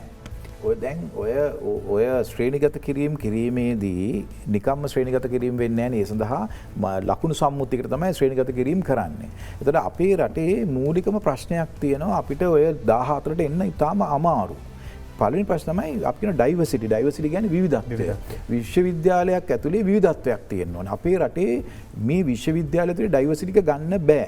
ගන්න බැරි හේතුව තමයි අපිට මේ ළමයි ලැබෙන්නේ අපිට ඔක්කොම ප්‍රතිපාදන කොමිසම් සභාවෙන් විතරමයි. මීට අමතරව ආයෙත් ප්‍රතිපාදන කොමිසම් සභාවෙන් කියන 105ක් අපිට අමතර ශිෂ්‍යයන් බඳවා ගන්න පුළුවන් ඒ පාඨමාලාවලට තියෙන ඉල්ලුම මත. ඒ අනුව තමයි අපිට අන්තර්ජාතික ශිෂ්‍යයෝ එන්නේ. ඒ එන්න ඉතින් උපරිම සීමාව 105යි. උපරිම ගාන. හැබැයි ඔබ යන්න වෙනත් ලෝකයේ තියෙන ඕනෙම විශ්වවිද්‍යාලයකට යන්න ඔය හොඳයි සම්මත 17 2004 තියෙන විශ්වවිද්‍යාලවල කොයි තරම් විවිධත්වයක් තියෙනවද? දැන් මම ඉංගලන්ත විශ්වවිද්‍යාලවල ඉගෙන කාඩිෆ් විශ්වවිද්‍යාලයේ හිටියා. ඊට පස්සේ මම ඇඩිලේඩ් විශ්වවිද්‍යාලයේ වැඩ කරලා තියෙනවා. මම මේ ජපානයේ විශ්වවිද්‍යාලවල ඉඳලා තියෙනවා. මේ හැමකම අපිට වැඩි හරියක් හම්බෙන්නේ ඉන්ටර්නැෂනල් ස්ටුඩන්ට්ස්ලා කියලා. දැන් අපේ රටේ ඉන්ටර්නැෂනල් ස්ටුඩන්ට්ස්ලා නැහැ. ඒතකොට අපිට අපේ මේ විශ්වවිද්‍යාල 17ක් අද වෙනතුරු තියෙනවා. International presence of international students කියන එක ගත්තාම ඒක ඕල්මෝස්ට් බිඳුවයි. ඒතකොට අපිටම මේකේ තියෙනකොට ලකුණු සම්මුතියේ අවස්ථා 10ක් 10න් එක කොටසකට ලකුණු බිඳුවයි. ඊට පස්සේ ආයෙත් බලන්න ඔබ බලන්න දැන් මම අපිට කියන සැබටිකල් කියලා එකක් අපිට දීලා තියෙනවනේ ඔබතුමා දන්නවා ඇති. ඒ කියන්නේ සප්ත වාර්ෂික නිවාඩුව. සෑම අවුරුදු 7කට සැරයක්ම අපිට වසරක වැටුප් සහිත නිවාඩුවක් දෙනවා. මොකටද මේ නිවාඩු දෙන්නේ? ගෙදර ඉන්න ළමයි බලන්න ඒව කරන්නේ නෙමෙයි. ලෝකේ වෙනත් විශ්වවිද්‍යාලයකට ගිහලා ඒව ගන්න. ඒතකොට අපි වෙනත් විශ්වවිද්‍යාලයකට යනවා කියන්නේ ඉන්ටර්නැෂනල් කොමියුනිටි එක ඉන්ටර්නැෂනල් ලෙක්චරර්ස්ලා මේ විශ්වවිද්‍යාලවල ගිහලා සැබටිකල් ලීව් ඉන්නවා. පෝස්ට් ඩොක්ටරල් පොසිෂන්ස් කියලා අපි කියන්නේ. හැබැයි අපේ විශ්වවිද්‍යාලවලට කවුද ඇවිල්ලා පෝස්ට් ඩොක්ටරල් පොසිෂන් එකක් ගන්න ඉන්නේ? එහෙම මොකද ඩයිවර්සිටි එකක් නැති තැනක ලෙක්චරර්ස්ලා ඊටාම හම්බෙන් එක්කෙනෙක් දෙන්නෙක් තුන් දෙනෙක් තෝරගන්න. ඒතකොට අපිට ඒකිනුත් ලැබෙන ලකුණු සංඛ්‍යාව බිඳුවයි. ඒතකොට අපිට මේ 100න් නෙමෙයි අපි පටන් ගන්න අපේ විශ්වවිද්‍යාල උදාහරණයක් විදිහට 175කින් වගේ. ඉතින් මම විශ්වාස කරන විදිහට 75න් පටන් අරගෙන ඔය තැන ඉන්න එකත් එක්තරා දුරකට හොඳයි. ඒකට මූලික හේතුලා තියෙන උතන අපි එන්නේ අපේ PhD උපාධි ප්‍රමාණය ඊටාමත්ම ඉහළයි. ජයවර්ධනපුර විශ්වවිද්‍යාලය ගත්තත් කොළඹ පෙරදෙනිය දැන් අද වෙනකොට රුහුණ විශ්වවිද්‍යාලය සබරගමුව මේ විශ්වවිද්‍යාල ඉතා වේගයෙන් PhD ප්‍රමාණය වැඩි කරගෙන තියෙනවා. දැන් මගේ විශ්වවිද්‍යාලේ සමහර ෆැකල්ටිස් ඉන්න 100%ක්ම PhD උපාධිධාරීන් පමණයි ඉන්නේ. ඒ වගේ තැන්වල අපිට ඉහළ ලකුණු ප්‍රමාණ ලැබෙනවා. ඊළඟට විසිබිලිටි කියන එක කියන්නේ අපි කොයිතරම් දුරට ළමයි එක්ක ගනුදෙනු කරනවද අන්තර්ජාලය හරහා වෙනත් ක්‍රම දැන් ඒවා අපේ රටේ ඉහළයි. ඒ නිසා තමයි අපිට එවැනි තත්ත්වවලින් අපිට ලකුණු ලැබෙනවා. හැබැයි සමහර තැන්වල අපිට ලකුණු ගන්න බෑ. අපි කොයිතරම් මුදල් වියදම් කරලා උත්සාහ කරත් මම හිතන්නේ පළවෙනි 18 එන්න පෙරදෙනිය හෝ කොළඹ විශ්වවිද්‍යාලයටත් තියෙන හැකියාව බොහෝ දුරට දුර්ලභයි. එහෙම කරන්න නම් අපි සම්පූර්ණයෙන් අපේ මේ ශිෂ්‍ය ප්‍රජාවේ ඩයිවර්සිටි එකක් නිර්මාණය කරන්න. ඒක කරන්න හම්බ වෙන්නේ අපිට නිදහස් අධ්‍යාපනයත් එක්ක. ඒක කරන එක වැරදි. අනිත් පැත්තට මට මේ ළඟදී මහත්මයෙක් කිව්ව කතාවක් තමයි මාත් එක්ක එකට ඉඳලා ඕස්ට්‍රේලියාවේ නැවතිච්ච එක්කෙනාගේ දරුවට එන්න පුළුවන් ඉන්ටර්නැෂනල් ස්ටුඩන්ට් කෙනෙක් විදියට. සල්ලි දීලා. එයා දැන් ඕස්ට්‍රේලියාවේ පුරවැසියෙක් නේ. හැබැයි මගේ දරුවා ගෙදර ඉන්නවා. ඒ දෙකයි B එකක් කරගෙන එයාට මෙඩිකල් කොලෙජ් එකට යන්න විදිහක් නැහැ. එයා ලාංකික ශිෂ්‍යෙක් ඉඳලා. ඉතින් මම මේ කියන්නේ ඒකයි. දැන් ඒ අපේම හිතවතුන් අපේම ඇකඩමික් කොටස මෙහෙම දෙයක් කියන දේ නිසා අපේ රටේ අපි එහෙම කිව්වට ලෝක ශ්‍රේණිගත කිරීම වලට යන්න පුළුවන් කියලා එහෙම එකපාරටම අපිට එන්න අමාරුයි මේ රටේ තියෙන අනිකුත් ප්‍රශ්නත් එක්ක. එතකොට දැන් උදාහරණයක් විදිහට අපේ විශ්වවිද්‍යාල පද්ධතිය තුළ වෙනස් වීම් ගෙන්නේ නැත්තම් එතකොට ලෝකේ පිළිගත් විශ්වවිද්‍යාලවලට මේ වෙලාවේ ඇයි ලංකාවට එන්න වැට බැදලා තියෙන්නේ? මොකද උදාහරණයක් විදිහට ගත්තොත් මේ යුනිවර්සිටි කියන කෑල්ල නැත්නම් යුනිවර්සිටි කොලේජ් එකක් කියලා තව කෙනෙක් කියනවා. මේවා හරි ගැටලුකාරී තත්ත්වයන්. අද 25000ක් විතර පිරිසක් විශ්වවිද්‍යාල අධ්‍යාපනය ලබන ලංකාවෙන් එළියට යනවා. අද එයාගේ අම්මලට ලොකු ප්‍රශ්නයක් මේ ඩොලර් ප්‍රශ්නෙත් එක්ක ඩොලර් ටික යවා ගන්න බෑ. යවුවත් දරුවගේ අධ්‍යාපනය හදාලා ලාවෙන් පස්සේ මෙහි ආපහු ඒක පිළිගැනීමට ලක් වෙන්නේ නැහැ. ඉතින් අපි පහුගිය දවස්වල දැක්කා විශේෂයෙන් බෙලරුස් වල ඉඳලා මේ අදාළ රටවල් වල විතරක් විශාල පිරිසක් දරුවෝ 4000 5000ක් විතර ගිහිල්ලා වෛද්‍ය අධ්‍යාපනය හදාරනවා. එතනින් පටන් ගත්තම ඇයි මේ අපිට මේ කොටස වෙන එක වචනනේ වෙනස් කරන්න තියෙන්නේ එක ඇලපිලි පාපිලි ස්පිරි මේ වගේ මේ වෙනස්කම් බල ඉන්නේ ඇයි තවදුරටත්? දැන් මෙහෙමයි වෙන්නේ නැත්තේ. දැන් අපේ විශ්වවිද්‍යාල පනත 1978 හදන කාලෙදී මේ විශේෂයෙන් පෞද්ගලික විශ්වවිද්‍යාල කියලා දෙයක් අපේ රටේ ඒ වෙනකොට තිබ්බේ නැහැ. එහෙම මාකට් එකක් අපේ රටේ තිබ්බෙත් නැහැ 77 කාලේ වගේ වෙනකොට. ඊටාම අඩු ප්‍රමාණයක් තිබ්බා. ඒ කාලේ ගොඩක් වෙලාවට වෙලා තිබ්බේ හුඟක් රටවල් අපිට ශිෂ්‍යත්ව ලබා දුන්නා. විශේෂයෙන්ම රුසියානු සමූහාණ්ඩුවේ සියලුම රටවල් අපිට ශිෂ්‍යත්ව ලබා දුන්නා. ඊට පස්සේ ඊට අමතරව ඔය ෆුල් බ්‍රයිට් කියන ස්කෝලර්ෂිප් එක, කොමන්වෙල්ත් ස්කෝලර්ෂිප්ස් මේ වගේ ඒවා හම්බුණා. මේ හරහා ළමයි ගියා. නමුත් මේ අපි ගත්තාම මේ අපේ රටේ ජනගහන වර්ධනය වුණේ 970 න් පස්සේනේ. එතකොට එහෙමනේ ඔබතුමා අරගෙන බලන්න ඩෙමෝග්‍රැෆික් ඩේටා. එතකොට 970 පස්සේ තමයි ජනගහනය දෙගුණයක් වෙන්නේ. දැන් ඒතකොට දෙගුණයක් කරනවා 1990 ගණන් වල මුල් භාගයේදී තමයි උසස් පෙළ ළමයින්ගේ ප්‍රමාණය දෙගුණ වෙන්නේ. අන්න එදා ඉඳලා තමයි දැන් ඉතාමත්ම සීමිත සීට්ස් ගාණක් විශ්වවිද්‍යාල පද්ධතිය තියෙනකොට ඒ අයට ඔපචුනිටි එකක් නැති වෙනවා. තමන්ගේ උසස් අධ්‍යාපනයට යොමු කරන්නේ. ඒ අනුව තමයි ඇත්තටම පෞද්ගලික අපි එකට කියන රාජ්‍ය නොවන විශ්වවිද්‍යාල පද්ධතිය කියලා අපි කියන රාජ්‍ය නොවන ආයතන ලංකාවේ බිහි වෙන්න පටන් ගත්තේ. මේකේ මුල්ම ආයතනය ඇත්තටම ස්ලිට් කියන ආයතනය ඒක හැදුවේ දිවංගත ලලිත් ඇතුළත් මුදලි මේ ඇමතුමා එතුමාගේ සංකල්පයක් අනුව ඒක IT සෙක්ටර් එක විතරක් දියුණු කරන්න හදපු පෞද්ගලික රජයට අනුබද්ධ පෞද්ගලික ආයතනයක්. ඒක මම හිතන්නේ අද වෙනකොට අපේ විශ්වවිද්‍යාල 17ත් එක්ක කරට කර තරඟ කරන්න පුළුවන් මට්ටමේ තියෙනවා. ඒ වගේ ආයතන රාශියක් බිහි වෙලා තියෙනවා. සමහර ආයතන 6ක් ඇත්තටම තියෙනවා. විවිධ පනත් මගින් විශ්වවිද්‍යාලේ නාමය පාවිච්චි කරන්න පුළුවන් ඒවා. හැබැයි අපේ විශ්වවිද්‍යාල පනත කියලා තියෙනවා මේ ප්‍රතිපාදන කොමිසම් සභාව යටතේ තියෙන ආයතන වලට තමයි විශ්වවිද්‍යාල නම තියෙන්නේ කියලා. දැන් මෙතන මෙන්න මේකනේ මේ ඝට්ටණය වෙලා තියෙන්නේ. එතකොට විශ්වවිද්‍යාල නමක් හදලා මේක ප්‍රතිපාදන කොමිසම යට දාපුවාම එයාගේ ඇඩ්මිෂන් එක කරන්න ඕනේ සාමාන්‍ය ක්‍රමවේදය අනුව. ඉතින් මම අදටත් විශ්වාස කරනවා අපේ මේ ක්‍රමවේදයේ සෑහෙන ගැටලු තියෙනවා. ඒකම මොකද ඒකට හේතුව මේක අවස්ථා තුනකට තමයි ළමයි තේරීම කරන්නේ. මෙරිට් එකට තෝරනවා, දිස්ත්‍රික් බේසික්ස් තෝරනවා, ආයෙත් 5ක් තෝරනවා.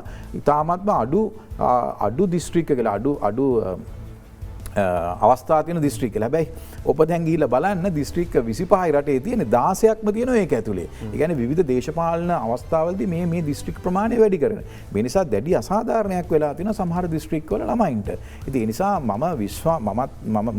මම non state ඔය සෙක්ටර් එකේ ඉන්නවා. දැන්ට මේ වෙනකොට අපි ආයතන 23ක් පිළි අරගෙන තියෙනවා. ඔබතුමා කියන කතාව ඇත්ත. හැබැයි ඒ ආයතන වලට දැවම විශ්වවිද්‍යාලයේ ගෙන්නම දැන් ඔය සම්බන්ධව අපි සැක සාකච්ඡාවක් ගත්තාම සමහර අයගේ තියෙනවා විශ්වවිද්‍යාලයෙන් වෙන්න ඕනේ නැහැ. ලන්ඩන් බිස්නස් ස්කූල් කිව්වහම ඒක ලෝකේ හැම කෙනෙක්ම දන්නවා මේකේ මේ මට්ටමේ දෙයක් කියලා. ඒ නිසා විශ්වවිද්‍යාලේ නම අවශ්‍ය වෙන්නේ නැහැ. තමන් ඉතාමත්ම හොඳ ක්වොලිටි එඩියුකේෂන් එකක් කරගෙන යනවා නම් ඒකේ ළමයි දැන් මම දන්නවා ඔය ස්ට්‍රිට් ආයතනය, NSBM ආයතනය, KDU එකට නම් තියෙන යුනිවර්සිටි නම.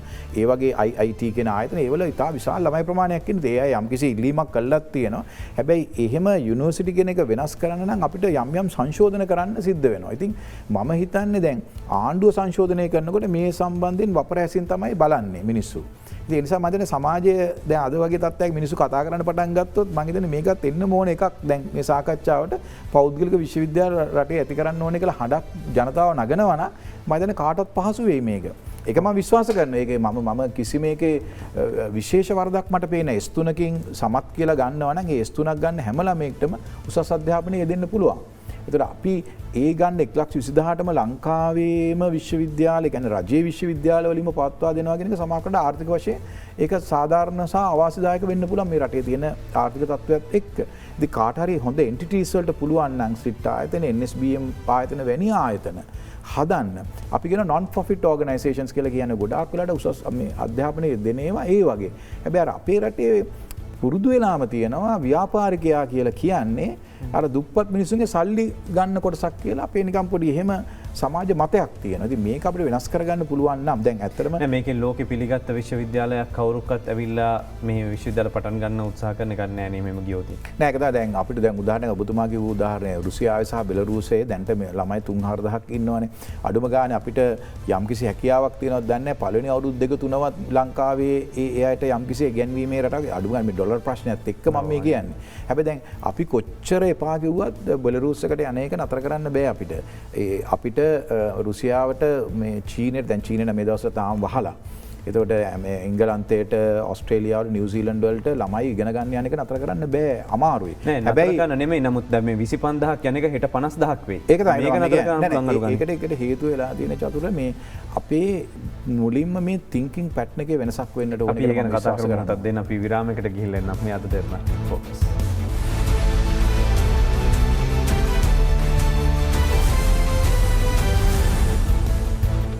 ඔයාලිත් අද දෙන්න සමග සම්බන්ධ වෙන්නේ බිග් ෆෝකස් වල අපි අවධානය යොමු කරලා තියෙන්නේ මේ අවස්ථාවේ මේ රටේ දරුවෝ වගේම අධ්‍යාපනය සම්බන්ධයෙන් මොකද විශේෂයෙන්ම ඒකත් පැටනුත් ඊට පස්සේ අපිට කරන්න දෙයක් නැති වෙනවා ඉස්සරහට දැන් මේ තියෙන තත්ත්වයත් එක්ක විශේෂයෙන්ම අපි කතා කරන්නේ මේ විශ්වවිද්‍යාල ශාස්ත්‍රය තුල පටන් ගන්න වෙනස්කම්. අපි පහුගිය දවස්වල කිව්වා මේ පුරවර විශ්වවිද්‍යාල ආරම්භ කිරීම.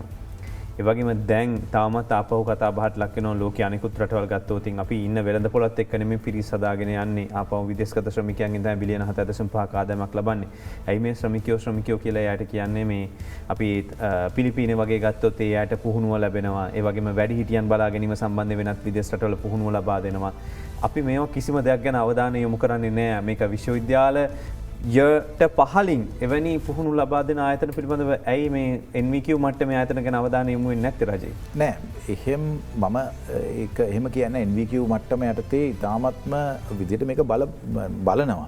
හැබැයි අපේ රටේ තියෙන ප්‍රශ්නයක්නේ අපි විශ්වාස කරන න්‍යායයන් තියෙන දැන් ඔබතුමා ඉස්සෙල්ලා කිව්වා ජාතික පාසල් 1000ක් හදන්න ගියාට අවසානයේ ජනප්‍රිය පාසල තමයි එන්නේ. ඒකට හේතුව තමයි අපි ඔක්කොම පාසලත් එක්ක ඉතාම බද්ධ වෙලා ඉන්නේ. දැන් මම හැමතිස්සෙම උපාධි ප්‍රදාන උත්සවයේදී ළමයින්ට ගෙනවත් තමයි ඔබේ පාසල මෙතනින් අවසానයි.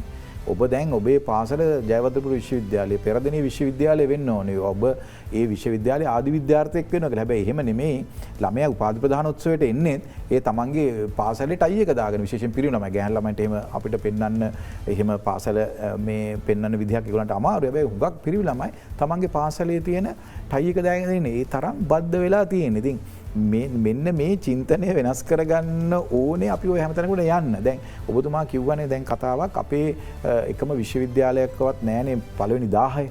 එතකොට ලෝකයේ වෙන තැන්වල දාපුවම රෑන්කින් වල තියෙනවා ඉහළ තැන් තියෙන විශ්වවිද්‍යාල. එතකොට නිරන්තරයෙන්ම ළමයෙක්ට පෙළඹෙනවා හොඳ විශ්වවිද්‍යාලයකට යන්න. ඇයි අපේ එක එන්නෙත් නැත්නම් හැබැයි කවුරුත් කියන්නේ නැහැනේ අපේ එක 1000 අපේ එක සමහරකට 1000 ඇතුළෙට වඩා අපේ 1 2 3 4 5 තියෙන්න පුළුවන් විශ්වවිද්‍යාල ඇති. ඒ අර රෑන්කින් වල ලකුණු දෙන ක්‍රමයේ අනුවයි මේක වෙලා තියෙන්නේ. කිසි කෙනෙක් මේ මාධ්‍යයට ඇවිල්ලා කියන්නෙත් නැහැ. කවුරුත් මේක ගැන කතා කරන්නෙත් නැහැ. අපි පහළ ඉන්නේ කියලා තමයි කියන්නේ. ඉතින් මේක ඇත්තටම අපේ ප්‍රතිපාදන කොමිසම් සභාව සහ විශ්වවිද්‍යාල උපලුතුරුන්ට යම්කිසි වගකීමක් තියෙනවා මේක ගන්න. හැබැයි අපිට එහෙම අපි එහෙම පෙන්නුවයි කියලා අපිට අමතර ප්‍රතිලාභයක් ලැබෙන්නේ නැහැ. මොකද හේතුව අපේ විශ්වවිද්‍යාල ප්‍රසාරණය කරගන්න බැරි මට්ටමක අපි ඉන්න ළමයින්ටත් ඉඩ දෙන්න බැරුව. තව මේක ජනප්‍රිය වෙලා තව ළමයි ආපුවාම ගැටලුවක් වෙන නිසා මම හිතන්නේ මේකේ අපිට ක්‍රමයේ හුඟක් වෙනස්කම් කරන්න පුළුවන්. දැන් උදාහරණයක් විදිහට අපිට තියෙන එක දෙයක් තමයි ඇයි ජයවර්ධනපුර විශ්වවිද්‍යාලයට තව කැම්පස් එකක් දෙන්න බැරි වෙන ස්ථානයක. ඇයි පෙරදිනිය විශ්වවිද්‍යාලයට දෙන්න බැරි කොළඹ තියෙන කැම්පස් එකක්. එයාට වෙනම හදාගත්ත දෙන්න ළමයි එයි. ඔය පුරවර විශ්වවිද්‍යාලයේ සංකල්පයත් ඒ වගේ එකක්.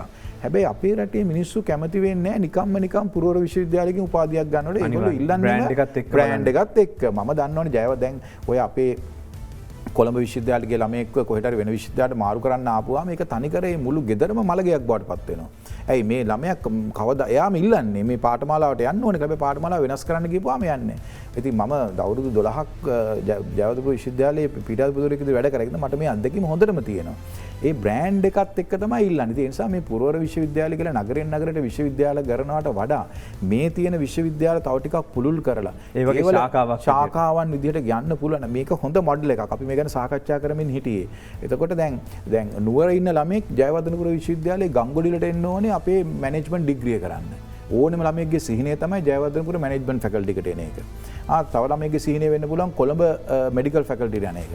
තව කෙනෙක්ගේ සිහිනය වෙන්න පුළුවන් කටුබැද්දට එන්න. එතකොට යාපනයේ ඉන්න ළමයාත් කටුබැද්දට එන්න ඕනේ. හැබැයි අපිට යම්කිසි විදිහකට මේක පොඩි ඩිසෙන්ට්‍රලයිසේෂන් එකක් කරලා කොහේ හරි එක තැනකවත් අඩුම ගන්න ශාඛාවක් පිහිටවලා අපිට එතන ළමයි ටික නතර කරලා මේ විපර්යාසය කරන්න පුළුවන් නම් මේක හොඳ මොඩල් එකක්. ඉතින් දැන් මේවා අපි සාකච්ඡා කරන්න ඕනේ. ඉතින් මේවා එකපාරට අපිට කරන්න බැරි වෙයි. ඔය පුරවර විශ්වවිද්‍යාල පොඩ්ඩක් පැත්තක තිබ්බේ එතන. අනිත් එක තමයි ඒ වගේ විශ්වවිද්‍යාල වලින් දෙන්න පුළුවන් උපාධි ප්‍රමාණයත් සීමිතයි. එතකොට දැන් මේක අවස්ථාවක IT ඩිග්‍රී විතරයි දුන්නොත් අපිට හරි කියලා. හැබැයි ඉතින් IT ඩිග්‍රී දෙන්න කෝ අපිට තියෙන හියුමන් රිසෝස් දැන් මගේ විශ්වවිද්‍යාලයේ වැඩියෙන්ම වේකන්සිස් තියෙන්නේ ගණිතය, සංඛ්‍යානය, IT මේ ශේෂ්ත්‍රවල මට ඉතාමත්ම හොඳ මට්ටමේ ගුරුවරු හොයාගන්න තරමක අපහසුතාවයක් තියෙනවා. එතකොට ඊළඟ කාරණේ තමයි අපි ප්‍රථම පෙළ සාමාර්ථ ගන්න, දෙවන ඉහළ පෙළ සාමාර්ථ ගන්න අය විශ්වවිද්‍යාලයේ පඩියකට ඉන්නේ නැහැ. සාපේක්ෂව විශ්වවිද්‍යාලයේ පඩි ඉතාමත්ම වැඩි. ඉතාමත්ම වැඩි. හැබැයි ඒ පඩියටවත් අපිට මේ ළමයි රඳව ගන්න බෑ. ඊට වඩා ඉහළ පඩිය ඔවුන්ට ලබා දෙනවා ප්‍රයිවට් සෙක්ටර් එකේ. ඉතින් ඒගොල්ලෝ ප්‍රයිවට් සෙක්ටර් යනවා. ඒතර අපි ළඟ ඉතුරු වෙන්නේ අර හොඳම ක්‍රීම් එකේ ළමයි නෙමෙයි ඊට වඩා පහළ ස්තරයේ. ඉතින් මේවත් අපිට ප්‍රශ්න. ඉතින් ඒක නිසා තමයි මම කියන්නේ දැන් මේකට යම්කිසි රාජ්‍ය මැදිහත් වීමක් ප්‍රතිපාදන කොමිසමේ සභාවේ මැදිහත් වීමක් කළා අර විශාල බල්ක් එකක් එකපාර PhD උපාධිධාරීන් ගන්න. දැන් අද මේ ඕස්ට්‍රේලියාවට නවසීලන්තයට ඉංගලන්තයට ඇමරිකාවටම යන්න ඕනේ නැහැ. මේ අපේ ළඟ රටවල් වල ඉතාමත්ම හොඳ මට්ටමේ PhD උපාධිධාරීන් අපිට ගන්න පුළුවන්. මැලේසියාව ඉතාමත් හොඳ මට්ටමේ මේක කරනවා. ඉන්දියාව හොඳයි. පාකිස්තානෙත් සමහර අංශ ඉතාමත් හොඳයි. ඉතින් එවැනි දෙයක් කරලා මේ සම්පත පොඩ්ඩක් වැඩි කරගන්නත් ඕනේ. පුළුල් කිරීම ළමයි ප්‍රමාණයෙන් පුළුල් කිරීම විතරක්ම අසාර්ථක වෙයි. මොකද අවසානයේදී අපිට මේ අර ගෝල්ස් වල තියෙන එකක් ක්වොලිටි এডুকেෂන් කියලා. ඒක ඉතාම වැදගත්.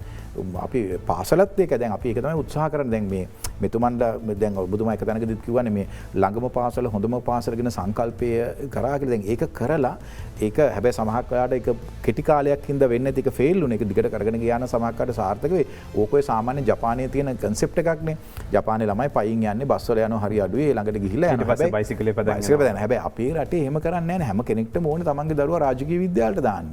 එහෙම නැත්නම් විශාඛ විද්‍යාලයට දාන්න. එහෙම නැත්නම් ආනන්ද විද්‍යාලයට දාන්න. එහෙම නැත්නම් මේ දේවි බාලිකායකට දාන්න. සිරිම බණ්ඩාරනායකට දාන්න. මෙහෙම අපේ අර එහෙම දෙයක් හැදිලා තියෙනවා. ඒක කඩාගෙන ඒක ඉවත් කරගෙන කොහොමද කරන්න කියන එක තමයි සංගති. ඒක තමයි අපි අර බැලුවේ ජාතික පාසල් ප්‍රමාණය තව ටිකක් වැඩි කරගත්තොත් මේ රටේ 1000ක් ගියොත් හොඳටම හොඳයි. මොකද අපේ දැන් ඔබතුමා හොඳ තර්කයක් කරන 3,60,000නේ උපදින්නේ. 3,60,000නේ උපදින්නේ. ඒතකොට 3,60,000 ඒවා 12ක් නේ අපේ මුළු පද්ධතියේ 1,44නේ ඉන්නේ අපේ. ඒතකොට 1,44 නම් පාසලක ළමයි කීයක්ද ඕනේ කියලා අපි හිතුවොත් ඔක 1000න් උත්තරේ බෙදුවොත් 440යිනේ. ඒ පාසලක ළමයි ඉන්න පුළුවන් ටෝටල් එකම. ලක්ෂ 40. ඉතින් ළමයි 440ක් කියන්නේ හරිම මැනේජබල් නේ. 1000ක් හැදුවා නම්. හැබැයි එහෙම වෙන්නේ නැහැ නේ. රාජකීය විද්‍යාලේ ඉන්න 8000ක්. මහින්ද රාජපක්ෂ ඉන්නවා 8000ක්. විශාඛාවේ ඉන්නවා 7000 ගාණක්. මම හිතන්නේ 6000 7000 ගාණක්. එහෙම තමයි අපේ පාසල් හැදිලා තියෙන්නේ. ඉතින් මම කියන්නේ යන්නේ ඒ වගේ තැනකට අපිට යන්න වෙයි. ඉතින් මේ වගේ හොඳ පාසල් පද්ධතියක් නිර්මාණය කරගන්න ඕනේ. හැබැයි ඒකට ඉස්සෙල්ලා හොඳ ගුරුවරු සහ හොඳ විදුහල්පතිවරු ඕනේ අපිට. අපේ ප්‍රශ්නයක් තියෙනවා ඒකේ. ඉතින් අපේ පොදුවේ අපි එහෙම බැලුවේ නැද්ද? ඇයි අපි හොඳ ගුරුවරු ට්‍රේන් කරේ නැත්තේ ඇයි? එතකොට මේ ඊට පස්සේ එක ප්‍රධාන විෂය මේ පාසලක විදුහල්පතිතුමිය හෝ තුමා වේකන්ට් වුණාම මේ ගුරු විදුහල්පතිවරු මේ තරම් අරගල කරගෙන ඇයි මේ විදුහල්පතිකම ගන්න එන්නේ? මේවා අපි බලන්න ඕනනේ මේක එක තැනක වහඩි වෙලා. ඉතින් ඒවා වෙලා නැහැ. නමුත් මම කියන්නේ මේ රටට හොඳ ගුරුවරු 1000ක් 2000ක් විදුහල්පතිවරු හදා ගන්න ඕනේ අපි.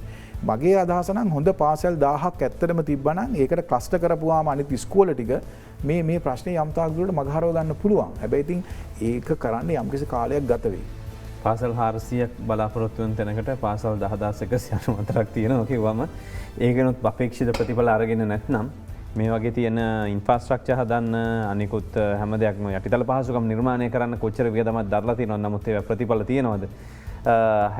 ඉස්කෝල ඔක්කොටම බෙද යනවා හැම අවුරුද්දෙම බජට් එකෙන් සල්ලි. නමුත් ඒ වුණාට වැඩක් වෙලා තියෙනවද? අපි කතා කරමු තව දුරටත් ඒ ගැන මේ විරාමයෙන් අනතුරුව.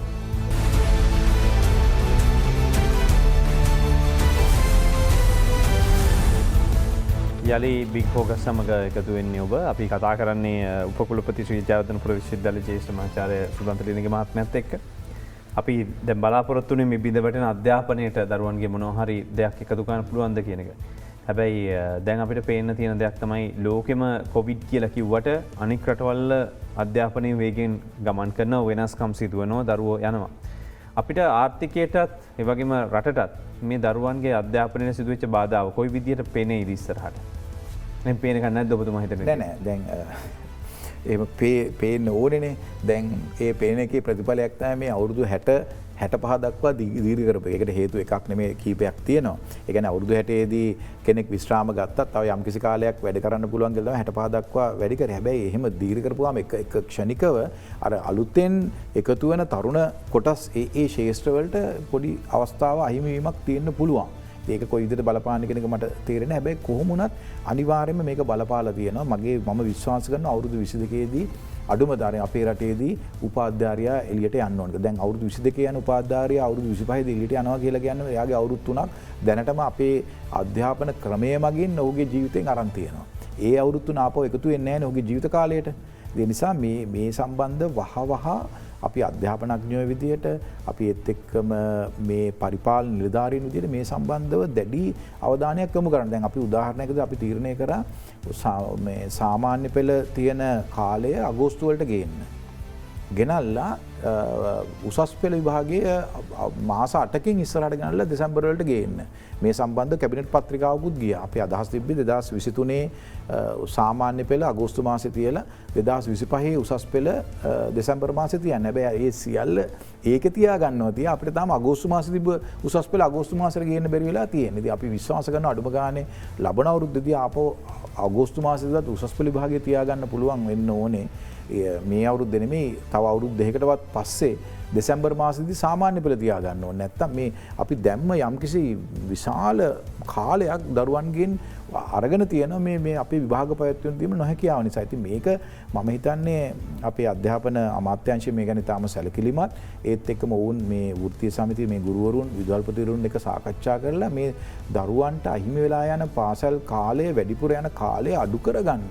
අවම කරගන්න යම්කිසි මත නිශ්චිත වැඩපිළිවෙලක් ඊළඟ අවුරුදු දෙක තුලදී අනිවාර්යයෙන්ම ඇති වෙනවා. ඒ සඳහා අපි ජාතික අධ්‍යාපන ආයතනයේ විදිහට අපි විවිධ දේවල් අපි යෝජනා කළ තියෙනවා. මේ අතරතුරදී ඔය අධ්‍යාපන ප්‍රතිසංස්කරණත් අපි කතා කරා. හැබැයි මම විශ්වාස කරනවා දැන් මේ තියෙන රටේ තත්ත්වයත් එක්ක මේ මොහොතේදී අධ්‍යාපනයේ විශාල වෙනස්කම් කරන්න අපිට අමාරුයි. එසේම කරන්න ගියොත් මේක තවත් යම්තාක් දුරට මෙතන පැටලෙලි සහිත වෙන්න පුළුවන්. මොකද මේ සම්බන්ධ විවිධ මත පැමිණීමේ. හැබැයි අර මම කියන කාලය අඩු කිරීම කියන වගේ දේවල් අපිට කරන්න පුළුවන්. ඊට පස්සේ විෂය නිර්දේශයේ අනවශ්‍ය කොටස් අඩු කරලා විෂය නිර්දේශයේ බර අඩු කිරීම සැහැල්ලු කිරීම අපිට කරන්න පුළුවන්. ඒත් එක්කම මේ උසස් පෙළ සහ සාමාන්‍ය පෙළේ විභාග රටාවන් වෙනස් කරලා ළමයා තනිව සිතින් හිතලා එයාට අපි කියන මොකද ක්‍රිටිකලි මේ ගැන හිතලා උත්තර ලියන්න ප්‍රායෝගික විසඳුම් සඳහා ළමයා පොළඹවන්න අපිට පුළුවන්. නැත්නම් අපේ හරි ලේසි. ඒකනේ අපේ වෙන්නේ සෙට් ප්‍රශ්නයක් තියෙනවා සෙට් උත්තරයක් තියෙනවා. ඒතර හරි ලේසි. ඉතින් මේ ප්‍රශ්නෙට උත්තරයක් තමයි අපි සොයන්නේ. අපි මේ විසඳුම් සොයා ගන්න ක්‍රමවේද යන්නේ. අපිට ගැටලුවක් දීලා ඒ ගැටලුවේ තියෙන විසඳුම් රාශියක් තියෙනවා. එකෙන් හොඳම විසඳුම සොයන ක්‍රමයකට අපි තාම ගිහිලා නමුත් මම තාක්ෂණික විෂය ධාරාවේ බොහෝ ඔබ බලන්න ප්‍රශ්න පත්‍ර අරගෙන බොහෝ ඒවා අපි ළමයින්ව ගොනු කරන්නේ අන්න ඒතනට ඒක යම්කිසි වෙනසක් සහිතව ආපු යන. නමුත් තවමත් මමත් ඊතරම්ම සතුටු නෑ විද්‍යා ප්‍රශ්න පත්‍රවල තියෙන ප්‍රශ්න සම්බන්ධයෙන්. මේවා තව වෙනස් වෙන්නට ඕනේ. ළමෙක් හිතලා තමන්ට අලුත් නිර්මාණශීලී බව අපි නිර්මාණය කරන්න ඉනොවේටිව් ස්ටුඩන්ට් අපි හදන්නේ නැහනේ. ඒක අපි තියෙන ප්‍රශ්නේ. අපි මේ තාම knowledge base content base ළමෙක් හදනවා මිසක්ව නිර්මාණශීලී දරුවෝ හදන එක අපේ විශ්වවිද්‍යාල පද්ධතියේ යම් තාක් දුරට අඩුයි නිර්මාණශීලී දරුවන් බිහිවීම. ඒ නිසා අපේ innovation inventions හරි අඩුයි මේ රටේ. එතකොට විශ්වවිද්‍යාල පද්ධතියේ තියෙන දැන් ගත්තොත් පුස්තකාල ගත්තොත් හැම විශ්වවිද්‍යාලෙම පුස්තකාල තියෙනවා. මේක බැයිද මේ e-library system එකට මේක ගේන්නේ? ඇයි එහෙම යෝජනා? දැන් මේ මොහොත වෙනකොට ඒක වෙලා තියෙනවා. දැන් ඇත්තටම අපේ කාලේ චතුර අපි වැඩි කාලයක් හිටියේ පුස්තකාලේ. මොකද අපි රීඩ් කරානේ මේ උපාධියට.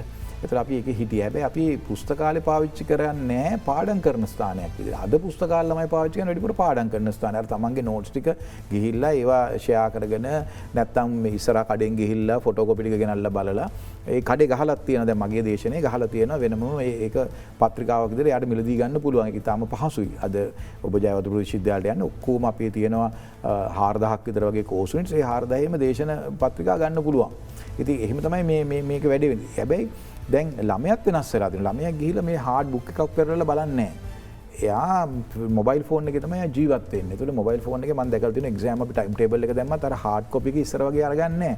එයා ගිහිල්ලා එතන පින්තූරයක් ගහලා ඒක තමයි එයා ලකුණු කරගන්නේ. ඉතින් මම හිතන්නේ e-libraries අපි දැන් හදාගෙන යන්නේ. ඉතින් අපි ළමයාව යොමු කරන්න වෙනවා. දැන් අපි කිව්වට ළමයා පාඩම් කරන්න ඒ කියන්නේ කියවන්නේ නැහැ කියලා ළමයා කියවනවා. ඒ ළමයා කියවන්නේ මොබයිල් ෆෝන් එක හරහා නැත්තම් එයාලගේ තියෙන ලැප්ටොප් එක හරහා එහෙම නැත්නම් කම්පියුටර් එක හරහා තියෙන කන්ටෙන්ට් එක තමයි කියවන්නේ. දැන් එතන තියෙන ප්‍රශ්නය තමයි ඒ කන්ටෙන්ට් එක 100%ක් නිවැරදිද කියන එක. දැන් මේ වගේ ප්‍රශ්න තියෙන ගොඩක් වෙබ්සයිට්ස් වල තියෙන කරුණු දෝෂ සහිතයි. වෙබ්සයිට් වල කරුණු දෝෂයිතයි. දැන් ඒ ළමයා ඒවා ඉගෙන ගන්න. සමහරවිට අපි දැකලා තියෙනවා ඒ වගේ පිළිතුරු විභාග ප්‍රශ්නවලදී ගැටලුවලදී ළමයි ලියනවා. හැබැයි අපි දන්නවා මේ වෙබ්සයිට් එකේ තිබ්බ කරුණ වැරදි කියලා. දැන් අන්න ඒව පෙන්වා දීලා නිවැරදි කරුණු හදාගෙන මේක ඉස්සරහට යන ක්‍රමයක් ඕනේ. අනිවාර්යයෙන්ම දැන් මේ වෙනකොට මම දන්නවා විශ්වවිද්‍යාල පද්ධතියේම e-libraries වලට දැන් අපි හැරමින් යනවා ළමයට ඕනෙම පොතක් ඩවුන්ලෝඩ් කරගන්න පුළුවන් යම් ප්‍රමාණ. ඊට පස්සේ අපි papers පරීක්ෂණ පත්‍රිකා ඩවුන්ලෝඩ් කරගන්න පුළුවන්. අපේ ඇත්තටම ලංකාවේ මේ පරීක්ෂණ සම්බන්ධයෙන් යම්කිසි ප්‍රගමනයක් තියෙනවා. අපි විශේෂයෙන් දැන් COVID-19 දැන් තාම අපේ ප්‍රතිඵල එකතු වුන්නේ නැහැ. දැන් අපේ විශ්වවිද්‍යාලයේ COVID-19 සම්බන්ධයෙන් කරපු පරීක්ෂණ ප්‍රමාණය ලෝකෙට ලබා දීම හරහා අනිවාර්යයෙන්ම මේ පරීක්ෂණ ප්‍රතිඵලත් එක්ක විශ්වවිද්‍යාලයේ රෑන්කින්ග් ඉහළට යන්න ඕනේ. ඔබතුමා කිව්වා මේ ජර්නල්ස් ගැන කතා කරපු හින්දා දැන් මේ විශ්වවිද්‍යාලවල පර්යේෂණ පත්‍රිකා ප්‍රමාණය සහ ආචාර්යවරුන්ගේ එහි තියෙන ගුණාත්මක භාවය වැඩි කර ගැනීම සඳහා ඔවුන්ට වැටුපට අමතරව ඒ ඉදිරිපත් කරන පර්යේෂණ පත්‍රිකාවල ජර්නල් වලට අමතර මුදලක් ගෙවීමට යෝජනාවක් වගේ දෙයක් ගේන්න බැයිද එහෙම? දැන් තියෙනවා. දැන්ටත් තියෙනවා. අපේ පඩියෙන් 35ක් හෝ 40ක මුදලක් අමතරව අපිට ගෙවීමක් කරන අපේ පරීක්ෂණ පත්‍රිකා මත. හැබැයි ඉතින් අපේ මෙහෙමයි අපේ ලංකාවේ විශ්වවිද්‍යාල රැකියාව ස්ථිර රැකියාව. ඒක අවුරුදු 25 30 බඳවා ගත්තාම ඒ මිනිස්සයා විශ්‍රාම යනතුරු අවුරුදු 35ක 40ක්ම එතන තියෙන. හැබැයි ගොඩක් විශ්වවිද්‍යාලවල එහෙම තනතුරු නැහැ. ගොඩක් තැන්වල තියෙන 5 year contracts තියෙන්නේ. ඒ අවුරුදු 5 ඇතුළතදී එයාගේ බලන සේවා කාලය තුළදී ඔහු විසින් ඇති කරන මේ continuous professional development CPD programs එයා කොච්චර පරීක්ෂණ කරනවද කොයිතරම් ප්‍රමාණයක් ළමයින්ට පරීක්ෂණ කළා PhD උපාධි MPhil උපාධි MSc උපාධි පිරිනමලා තියෙනවද එයා කොයිතරම් හොඳ දක්ෂ දේශකවරයෙක්ද මේ සියල්ලක්ම හරහා තමයි ඔහුගේ තව අවුරුදු 5ක සේවා කාල දිගුවක් දෙන්නේ. ඉතින් අපේ රටේ යම්කිසි හේතුවකට එවැනි දෙයකට අපි තාම ගිහිල්ලා නැහැ. අපි විශ්වාස කරනවා මේ වැටුප් වැඩිවීමත් එක්ක අඩු ගානේ ස්තර දෙකක් එනවා නම් හොඳයි. කට්ටියකට අපිට පුළුවන් පඩියක් ගෙවලා එයා විශ්‍රාම යනතුරු එයාව සේවයේ තියාගන්න. තව කොටසක් ගන්න පුළුවන් අර අපි කියන performance base වත් ගෙනාවොත් දැන් මේවා හරි අමාරුයි මම මේ කියන කතා. ඉතින් මේක අපේ වෘත්තීය සමිතියත් එක්ක කතා කරන්න වෙයි, ආණ්ඩුවත් එක්ක කතා කරන්න. හැබැයි අපි ඔබ හිතන කවදා හරි දවසක අපි නැති ඔබලා සමාජකට වයෝවෘද්ධ වෙච්ච කාලේදීවත් අඩු ගන්න ෆස්ට් 1000 යුනිවර්සිටි එකක් ගන්න නම් මෙවැනි විවිධ වූ ක්‍රමවේද අපිට අනුගමනය කරන්න වෙයි. අපිත් එක්ක මේ සාකච්ඡාව සඳහා සම්බන්ධ වුණේ විටින් විට බිඳ වැටෙන මේ රටේ අනාගතය සම්බන්ධයෙන් අධ්‍යාපනය සම්බන්ධයෙන් කතා කරන අද ශ්‍රී ජයවර්ධනපුර විශ්වවිද්‍යාලයේ උපකුලපති ජ්‍යෙෂ්ඨ මහාචාර්ය සුදන්ත ලියනගේ මහත්මයා අපින්ම ස්තුතියි ඔබතුමාට සම්බන්ධ වුණාට. ඒ වගේම එතුමා අධ්‍යයන මණ්ඩලයේ සභාපති විදිහට වැඩ කටයුතු කරන ජාතික අධ්‍යාපන ආයතනයේ අපිට මේ දෙපැත්තම කතා කරන්න පුළුවන් වුණා. ඒ හින්දා අපි වැඩසටහන අවසන් කරනවා මේ අද දෙන්න බිග් ෆෝකස්.